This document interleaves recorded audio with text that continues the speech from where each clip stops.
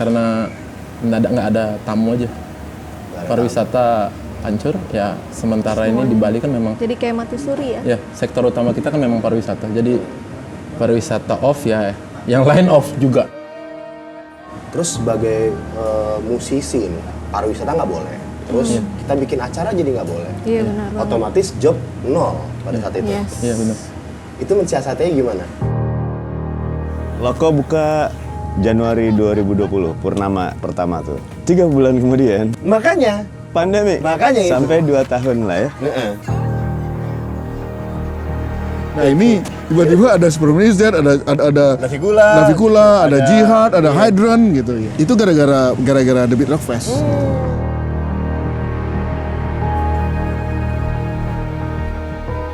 Robi, apa kabar Robi? Baik, apa kabar, Bob? Biasa, udah lama banget gak ketemu, akhirnya ketemu lagi di rumah sini lagi. Untuk bule-bule yang kurang ajar di Bali, ya go to hell, seperti itu. Back to your country.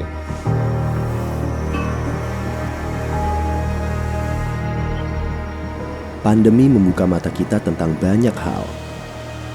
Bukan semata-mata tentang memori manis dan kenangan, tapi juga tentang anomali yang terjadi di Bali. Tentang kemampuan adaptasi industri dan para musisi. Bukan tiba-tiba, ekosistem penuh gairah ini memang telah terbangun lama. Di lain sisi, meski tak mati, Pulau Dewata menunjukkan ketergantungan luar biasa bahwa pariwisata adalah nyawa. Untuk hari ini, nggak ada tempat lebih tepat untuk melihat benturan ini selain pergi ke Canggu. Adakah hal yang mengganggu Canggu? Ada apa dengan Bali?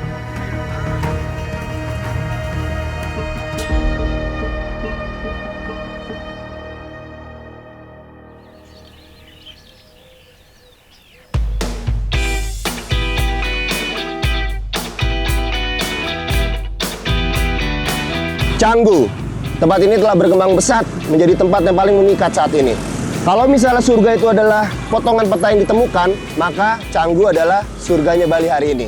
Gua sekarang berada di shortcut Canggu, di mana tempat yang paling cepat kalau lo mau ngakses dari Pantai Berawa ke Pantai Batu Bolong. Nah, ini peristiwa banyak banget nih di shortcut Canggu ini nih. Zaman dulu mobil jatuh ke sawah malam-malam ya itu di sekitar sini. Nah, makanya mari merapat, kita lihat Canggu lebih dekat.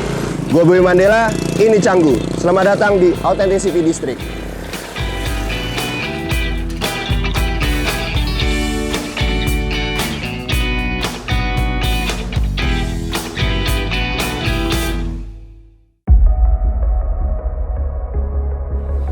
Wuhan, Cina merupakan satu titik di mana virus corona ini muncul.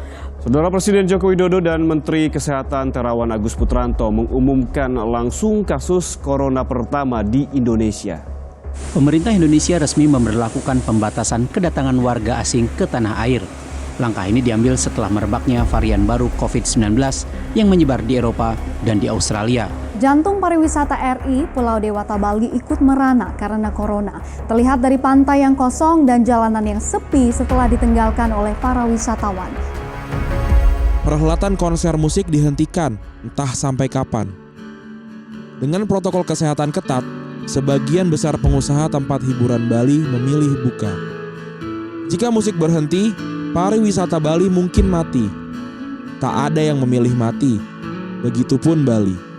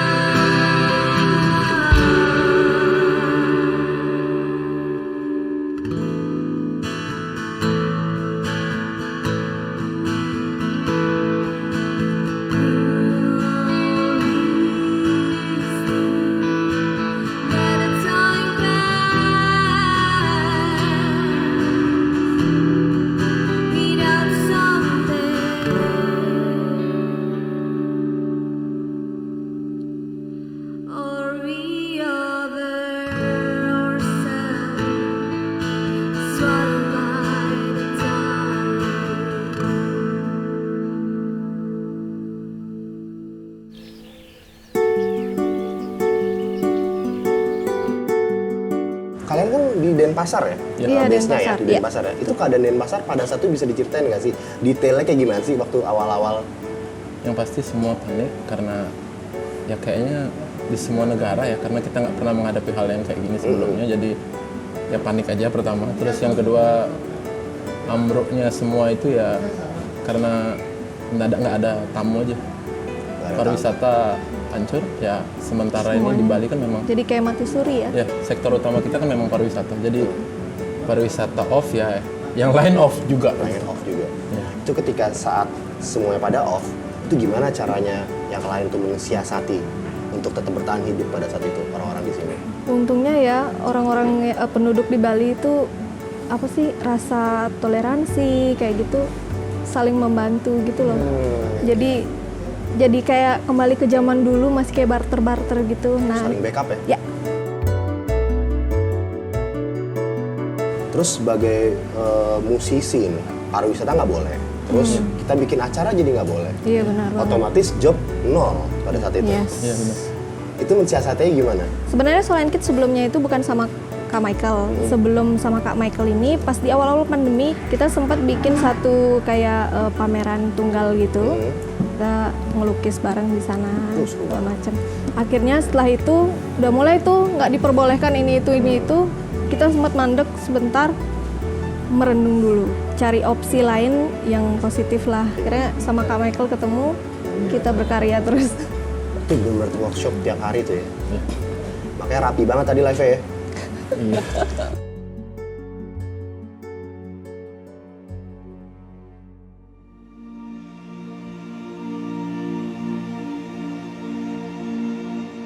Dari Denpasar kan. Biasanya event-event paling banyak kan di luar Denpasar, bener nggak? Nah, kita pengen ngomongin nih daerah Canggu. Oke. Nah, itu bagaimana sih pendapat apalagi dari Kak Michael nih terhadap daerah bernama Canggu? Canggu, sekarang? ya. Canggu. Yang pasti Canggu macetnya nggak pernah berkurang walau pandemi. Pub banyak yang saya lihat sudah mulai aktif lagi, mulai ada live musik lagi, mulai ada acara event-event. Cuman kalau kita melihat Canggu zaman dulu deh sebelum seperti sekarang. Dulu tuh kayak gimana sih? Kayak 15 tahun lalu belum ada apa-apa tuh ya? Belum, itu kalau dari yang saya tahu sih sejarahnya lebih kayak dari Kuta ya. Semua Kuta. berawal dari Kuta dulu, baru pelan-pelan digeser-geser ke Canggu. Sekarang digeser-geser terus. Iya. Sebelah Canggu belum ada tuh ya? Apa namanya? Mungkin 10 tahun lagi akan kayak gitu lagi? Akan kayak gitu Mungkin ya? Iya. Mungkin. Rerenan mungkin ya. Ya udah Oh, mulai Pelayanan rame. udah mulai. Sudah Sudah mulai rame. Itu di kan sana. masih dekat Canggu itu. Masih dekat Canggu. Nah, tadi tuh gue sempat dengerin live-nya Time dan gue sempat baca-baca di interview kalian kalau itu ternyata lagu yang terinspirasi dari keadaan pandemi. Jadi lagu Time ini salah satu lagu yang ada di mini album pertama kita, itu yang bertajuk Kaca Muka. Jadi Kaca Muka ini sendiri pun artinya cerminan diri atau self reflection atau renungan diri gitu. Salah satunya si lagu Time ini termasuk lagu renungan. Jadi kayak sebuah lagu pengingat keterbatasan kita lah sebagai makhluk hidup di bumi ini. Waktu kita terbatas. Iya betul. Oh, waktu kita Supaya terbatas. kita menggunakan waktu dengan baik. Karena kan kita sebagai makhluk hidup, kita yang memakai waktu. Tapi karena pas pandemi itu, jadi kita terpaksa diam, terpaksa bungkam oleh Karena waktu. keadaan dan karena oleh waktu. Ini kan berarti kan terbukti ya, pandemi ini tidak membuat skena Bali itu nyerah, apalagi skena musik, kita ngomongin skena musik ya. Terbukti malah makin gila, semakin di push gitu, malah makin jadi nih. Ya terlepas dari ada gig apa enggak, kita pasti latihan. Minimal tanpa band juga, kita pasti latihan pribadi kan. Jadi dari sana kita pasti bakal nemuin sesuatu, bakal dipaksa untuk buat sesuatu karena emang nggak ada gig. Terus kita lihat skena Bali yang semakin beragam karena justru itu dah. Di saat musisi-musisi Bali yang sebenarnya mereka, kebanyakan musisi Bali itu ngeband terus ada kerjaan lain. Oh, jadi nggak pure fokus ke band. Aku pure. Jadi pas pandemi kemarin di mana job itu tidak ada, jadi mau nggak mau kan mereka dipaksa balik untuk fokus ke musik aja. Makanya kenapa jadi bisa lebih marak, bisa lebih banyak genre yang muncul mungkin, band-band baru yang bermunculan yang bahkan mungkin kita nggak pernah tahu sebelumnya. Ya karena itu.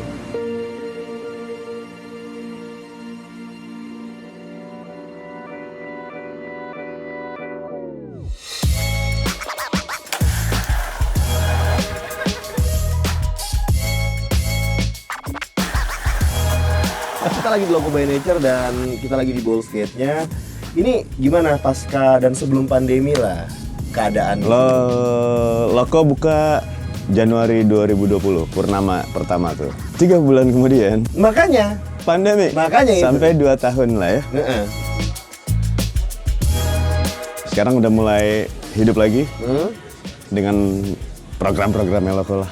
Program Loco by Nature sekarang gimana nih pasca pandemi? Senin dia ada Monday Market gitu, pasar Senen sih kita nyebutnya. Oke. Jadi gimana tuh kayak thrifting? Thrifting, terus kalian ada yang punya bikinan handmade craft atau apapun. Selasa kita santai-santaian, Rabu punk rock kayak noise, movement, asik, indie. Skena musik. Jakarta. Skena Bali tapi. Skena Bali ya? Lanjut Kamis. Sepatu roda, cewek-cewek. Cewek-cewek. Besok deh, lo ambil gambarnya. Bagi dong, rokok dong. Rokok dong. Terus apa lagi sih? Baru Kamis. Jumat ada apa Jumat nih? Jumat ada apa? Jumat atau Sabtu tuh sebulan tuh 4 kali kita switching gitu aja. Kadang ada komunitas drum and bass ya, mungkin ya Denpasar, Crime Scene ini semuanya deh. Terus house-housean, house tech gitulah ada juga. Disco-discoan juga ada. Gila, berarti hampir semua aspek di sini bisa nutup ya. Maksudnya ini Loco by Nature bisa mengcover itu semua ya. Iya. Yeah. Jenis musiknya kita kita lah. Ya, kita.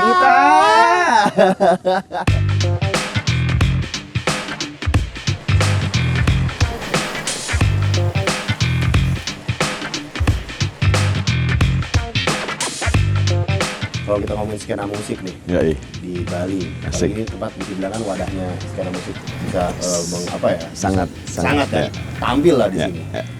Yang menurut lo nih, yang harus diantisipasi siapa sih sekarang? Oh banyak itu mak. Banyak. Ya? Banyak. Apa aja coba? Gue masih Dynamex. Dynamex. Iya. Itu isinya ada si Yohannes Karibo, plus ininya Stephen Coconut Trips. Oh iya. Terus ada si Mojorido. Itu kalau Dynamex funk. Kalau si Mojorido apa ya? Lenny Kravitz apa? Rockstar lah ya, gitu. Atau gue sih menamain aja, maaf ya kalau kalau bukan kayak Lenny Kravitz maksudnya. Oh, style gitu kan? Stylenya. Terus ada Mancis yang folk gitu. Besok nih ada kita kan. Nah, jadi setiap 6 bulan kita bikin Loco Festival. Isinya ya itu tadi.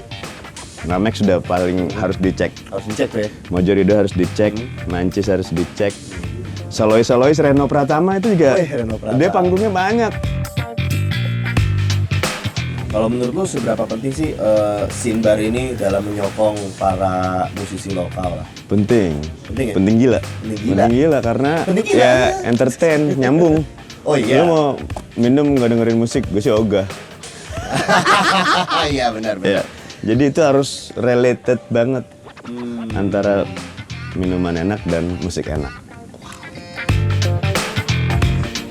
Pengulangannya kan banyak juga, orang barnya banyak kok di sini. Kayak yang main di Loco juga nggak spesial, cuma di Loco aja, enggak, di around semua pulau juga atau sampai Jawanya juga ada gitu, semuanya ada, yang kita menampung aja.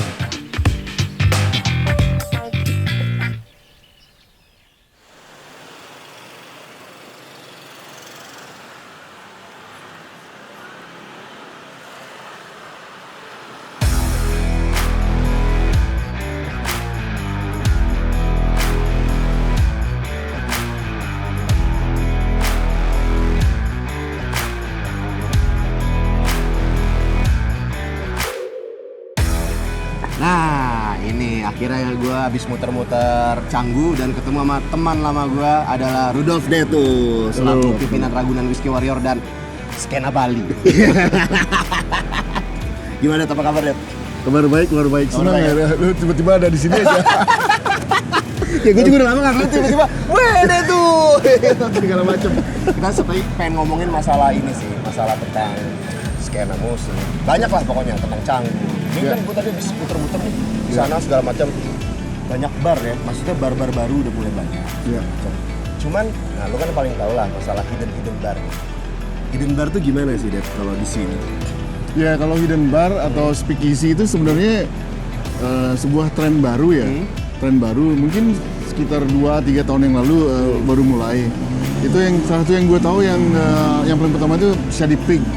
Jadi orang-orang jadi tertarik karena misalnya di depannya pegang bakso gitu ya, dan nggak tahu kita bahwa di dalamnya ada bar gitu. Dan ketika lu udah dapet tempatnya pun beneran nggak sih nih, beneran nggak sih?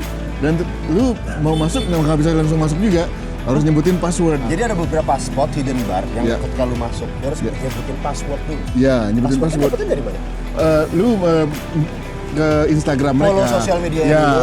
Instagram mereka, cek saya mau ke situ ntar malam, I'm gonna come there. What's the password? Bilang gitu. Artinya lu benar-benar serius. Nyari hint-nya di situ. Nyari hint-nya di situ.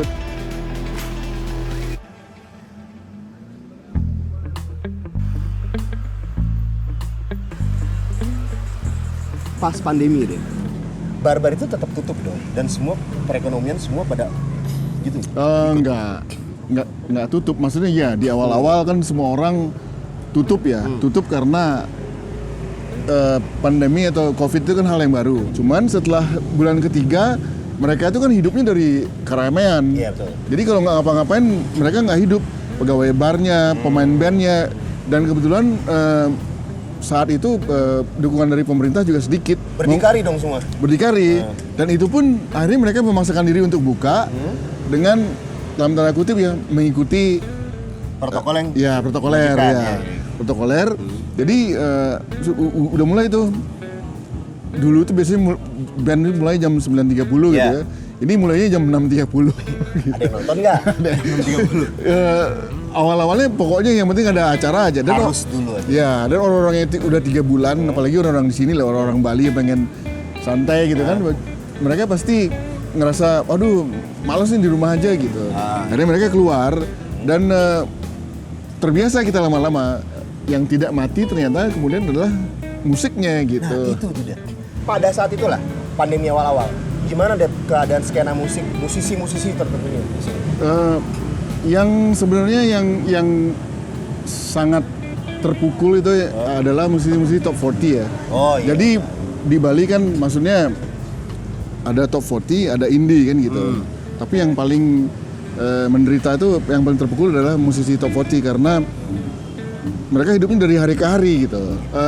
Bar-bar itu akhirnya yang hidup dari musik ya. Jadi di sini kan sebagian bar-bar itu lu kalau hendak tetap survive lu mesti ada bingar-bingar lah ya, bonus musiknya gitu ya. Nah terus cuman beberapa tempat seperti ada kesadaran bahwa nggak mau untuk tetap cuman band top 40 aja gitu. Jadi ada band-band indie yang mampu memainkan top 40 tapi boleh memainkan lagunya sendiri juga gitu.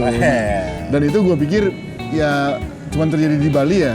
Dan itu yang kadang-kadang kita lupa, ada jasa dari yang namanya The Beat Rock Fest yang masukin konsep baru ini karena ide itu karena dulu itu sebenarnya kalau lu mau main di Seminyak atau kerobokan Seminyak Kuta gitu ya, Canggu belum ada gitu. Lu mesti band yang mau main di bar tuh harus memainkan lagu-lagu top 40. Nah, The Beat Rock Fest ini yang pertama kali memasukkan bahkan band punk sekalipun itu Aceh boleh main. Iya. Jadi kayak Superman is Dead, Navikula gitu.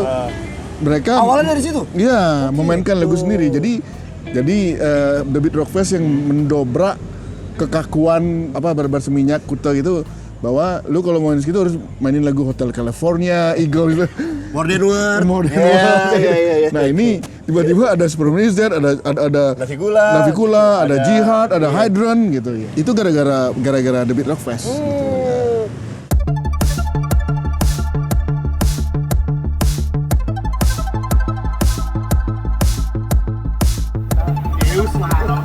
Ya jarang-jarang ya Det, kita berada di Deus Ex Machina ngobrol berdua lagi. Ya kan, pernah kita kayak gini kan. Tapi kalau kita balik obrolan yang tadi Det, masalah ini deh dulu. Pertama, bagaimana ketika habis pandemi ini musisi-musisi itu comeback strong? Jadi sebenarnya Bali itu ternyata baru kita sadar bahwa dekat banget dengan musik gitu ya. Sebuah majalah nyebutin tentang bahwa di Bali yang paling happening, ya. Oh ya, saya. Bali yang paling happening soal musik, ya jelas lah, karena kita sebenarnya cuma mati 3 tahun doang, 3 bulan doang. 2 tahun ya. Ya. Ya kalau yang lain kan 2 tahun mati, ini kita cuma 3 bulan doang ya. Jauh sebelum pandemi, itu tuh satu Indonesia tahu kalau misalnya skena Bali itu lagi movementnya gede banget, itu menolak Bali tolak reklamasi. Dan di situ kita bisa ngeliat bagaimana semua seniman, semua musisi Bali gotong royong untuk movement itu Bali tolak reklamasi. Dan lu adalah salah satu orang di situ. Iya. Kenapa Bali tolak reklamasi itu penting untuk skena musik Bali? Karena musisi itu tidak cuma menunjukkan simpati, tapi musisi langsung terlibat di dalamnya. Jadi turun ke jalan. Gua ketemu dengan orang reggae, gua ketemu dengan orang hardcore, ketemu orang indies. Sebelum Z di depan main gitar, Navikula di belakang. Dialog No Stress di kanan, ini di kiri. Jadi musisi-musisi yang ngerasa bahwa gue turun ke jalan karena gue concern dengan Bali, karena kecintaan gue pada Bali. Itu mengubah semuanya, itu membuat skena Bali itu harmonis banget. Itu kenapa sampai sekarang pun skena kita masih kuat. Jadi faktor harmonis itu, faktor Beat Rock Fest yang tadi bilang. Itu tuh, The Beat Rock Fest. The Beat Rock Fest itu bisa dibilang juga salah satu suatu pintu untuk membuat band yang gue tuh nggak hanya top 40 doang loh, gue tuh punya jati diri gitu. Dan akhirnya dikenal dan akhirnya gede. Dan itu yang kita mesti terima kasih dengan The Beat Rock Fest. Siapa sosok yang paling bertanggung jawab terhadap The Beat Rock Fest? My really good friend, Stuart Wilford. Stuart. You should meet him and talk to him. Oke, kalau gitu besok gue ketemu dia deh. Gue ngobrol sama dia. That's good, man. I can help you with that. Yes. Of course, because you're my good friend.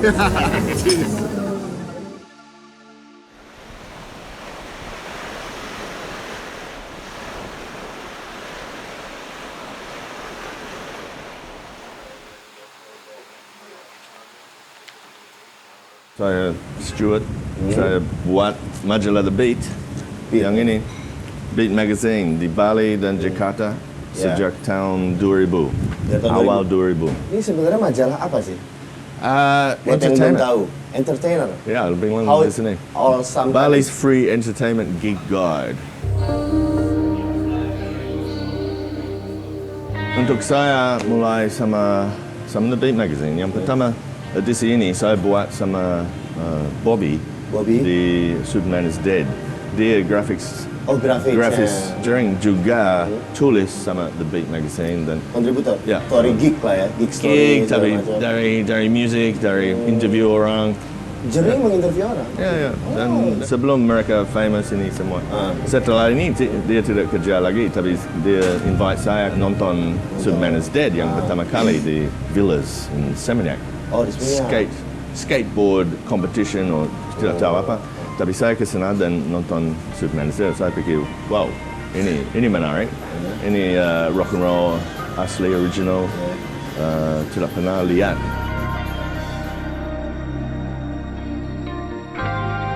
The Beat Rock Fest. Itu yang katanya cikal bakal rootsnya skena di Bali. The rock and roll original music. Tahun 2001 mungkin. Saya punya acara sama Superman is Dead, ada dekat sini di namanya Aina Bar. Kecil sekali seperti ini. Ada mungkin 20-30 orang aja. Dan mereka begitu loud dan pertama kali semua audiens pada kebakar. Rock and roll, punk rock di Seminyak. Lalu saya ketemu Daitu. Daitu manager Superman is Dead. Kita pikir bisa buat ini lagi. Terus yang kedua kali kita buat di Aina Bar.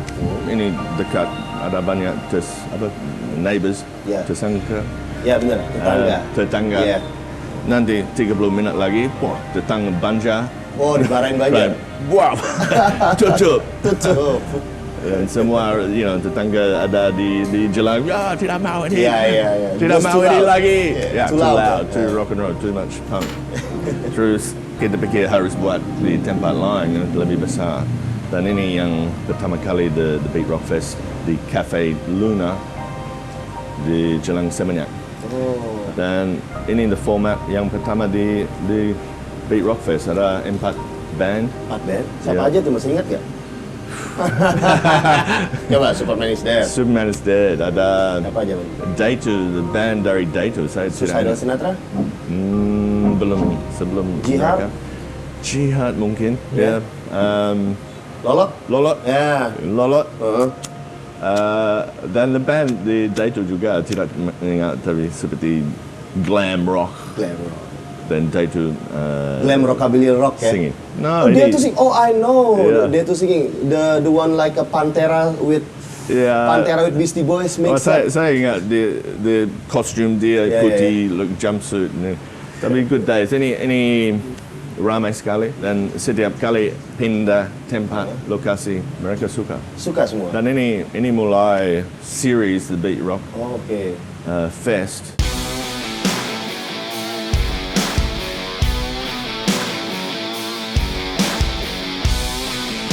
So, what's your favorite artist back in the day? Back in the day, it would have to be Kaim Sasikun. Kaim Sasikun was definitely the best. Intelligent rock band, Yeah. Bali. Kalau misalnya kita balik ke bar scene pada saat itu, The Beat Rock Fest kan ya bisa dibilang kan di bar juga ketika bikin sesuatu acaranya gitu. Emangnya zaman dulu pada back in the days jarang musisi yang nyanyikan lagu original? Tidak ada. Tidak ada? Tidak menarik.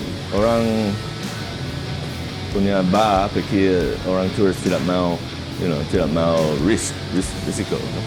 The punya original band. Yeah. Alasan kita berhenti The Beat Rock Fest, ada semua tempat lain mulai buat juga. Like Bosch or Yeah. the banyak tempat mulai buat original music. Dan the young rock and roll band, Bali. Berhentinya kapan tuh The Beat Rock Fest? I think it was 2008.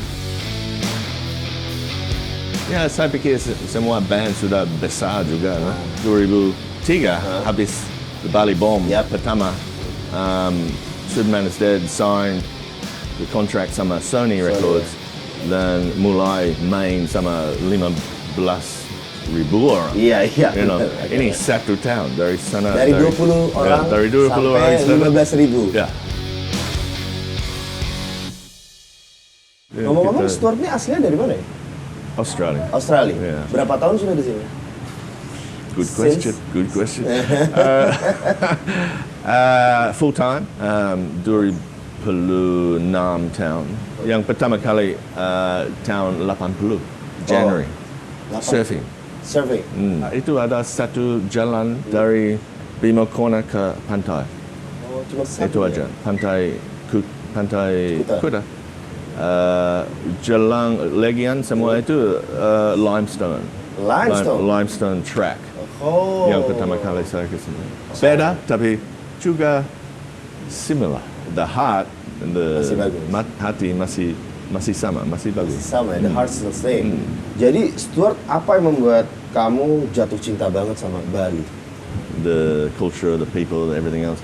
Semua bagus dan tidak ada tempat lebih bagus di dunia ini. Saya pikir ini ya saya aja. Waktu itu ya? Ya, waktu ini masih sama. Masih sama. The place may be different, Yes. but the heart still same. The heart's still the same. Okay. The reason to come here is still the same. Oke.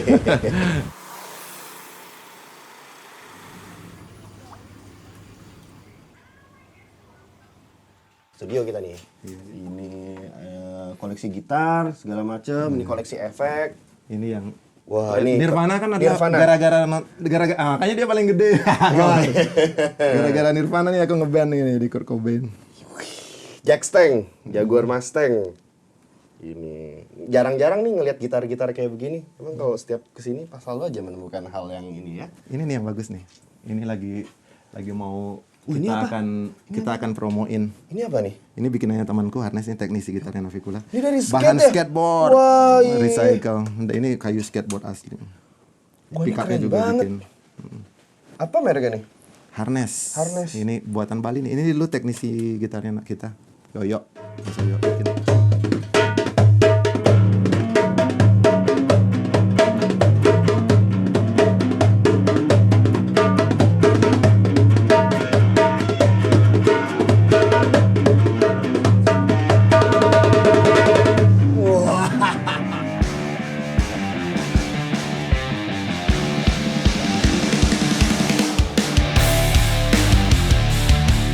Apa kabar Robi? Baik, apa kabar Bob? Biasa, udah lama banget gak ketemu, akhirnya ketemu lagi di rumah sini lagi. Yes.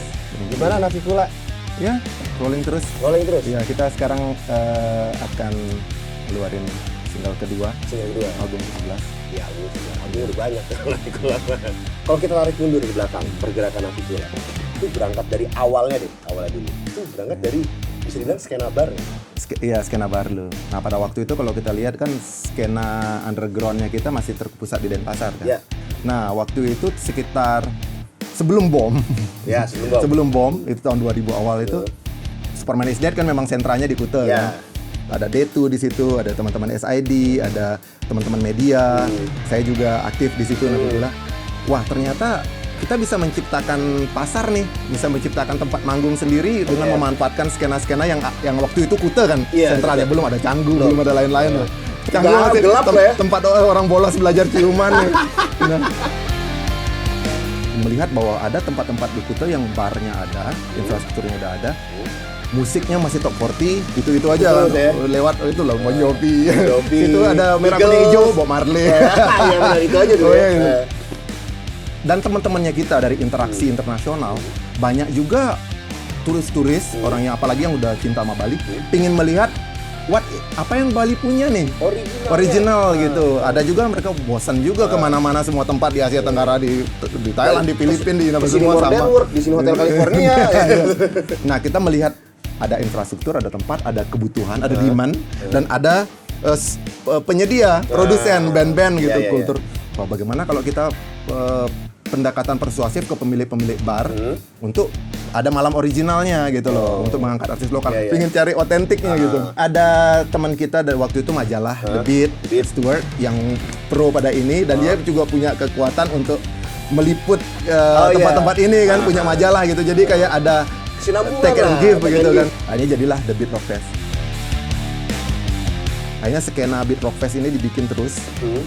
Di situ kita pikir turning point dari skena Denpasar, underground Denpasar, pindah ke industri pariwisata. Dari bar-bar, iya, dari industri pariwisata udah perlahan mulai. Ternyata juga barnya lihat, wah ternyata audiensnya juga bagus, banyak yang suka gitu. Begitu bom, atensi dunia termasuk atensi nasional menyorot Bali nih. Pada waktu itu skena musik adalah salah satu yang dapat sorotan. Nah, pada waktu itu kan SID going nasional kan, sebagai band pertama yang sign sama major label pada waktu itu. Sony ya? Iya, sama Sony. Begitu Sony, ternyata mereka sukses, orang Sony mungkin pada waktu itu Pak Yan ngelihat habis SID apalagi nih yang ada. Begitu melihat di Bali ternyata skena musiknya hidup. Jadi mungkin natural ya. Banyak tempat di Indonesia kalau aku lihat yang skenanya kan tidak terlalu hidup kan. Drain. Beberapa tempat-tempat di Indonesia semua orang-orang kreatifnya justru hijrah ke Jakarta, kota-kota besar, sehingga tempatnya sendiri hampir nggak ada gitu. Nah, kalau di Bali agak unik ya karena kebanyakan penggerak-penggeraknya masih base di Bali dan masih aktif, sehingga akhirnya menjaga skenanya masih tetap main di Jakarta tapi base di Bali. Jadi think globally tapi act locally. Berarti Navicula ini pas selama pandemi sibuk juga nih? Iya, kita nggak berhenti. Kadang menyiasati keterbatasan kan. Jadi waktu bulan Maret kemarin tuh bahkan waktu begitu diumumkan pandemi, itu kita bikin konser online pertama. Iya, betul. Aku udah Google itu, siapa lagi bikin konser online? Belum ada. Iya. Navicula bikin. Kreatifnya itu kan. Dalam situasi kiri tapi tetap aktif.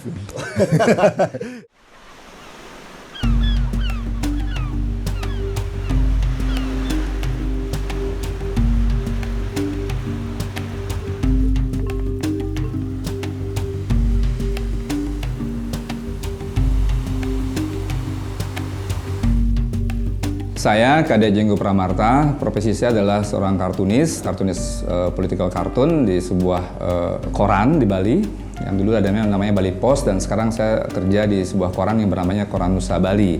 Tapi dalam sisi lain saya juga mengembangkan ekspresi saya di sebuah media yang saya buat sendiri namanya Bog Bali Cartoon Magazine. Media ini adalah satu-satunya media kartun di Indonesia dan kami pernah juga dapat penghargaan MURI sebagai majalah kartun pertama di Indonesia yang memakai bahasa Inggris dan berbasis budaya lokal Bali. Pariwisata Bali itu sebetulnya adalah pariwisata yang bersifat budaya ya, tapi pada awal puncak-puncak pariwisata dari tahun 80-an sampai menuju tahun 2000, kalau saya rasakan itu ada beberapa hal yang sangat kebablasan. Bali sebetulnya sangat bisa menerima perubahan tersebut, karena perubahan itu adalah hal yang abadi seperti itu ya. Tapi dalam sisi lain, filter Bali ini harus kuat. Untuk bule-bule yang kurang ajar di Bali, ya go to hell, seperti itu, back to your country. Jadi pariwisata Bali adalah pariwisata budaya yang Anda harus hormati.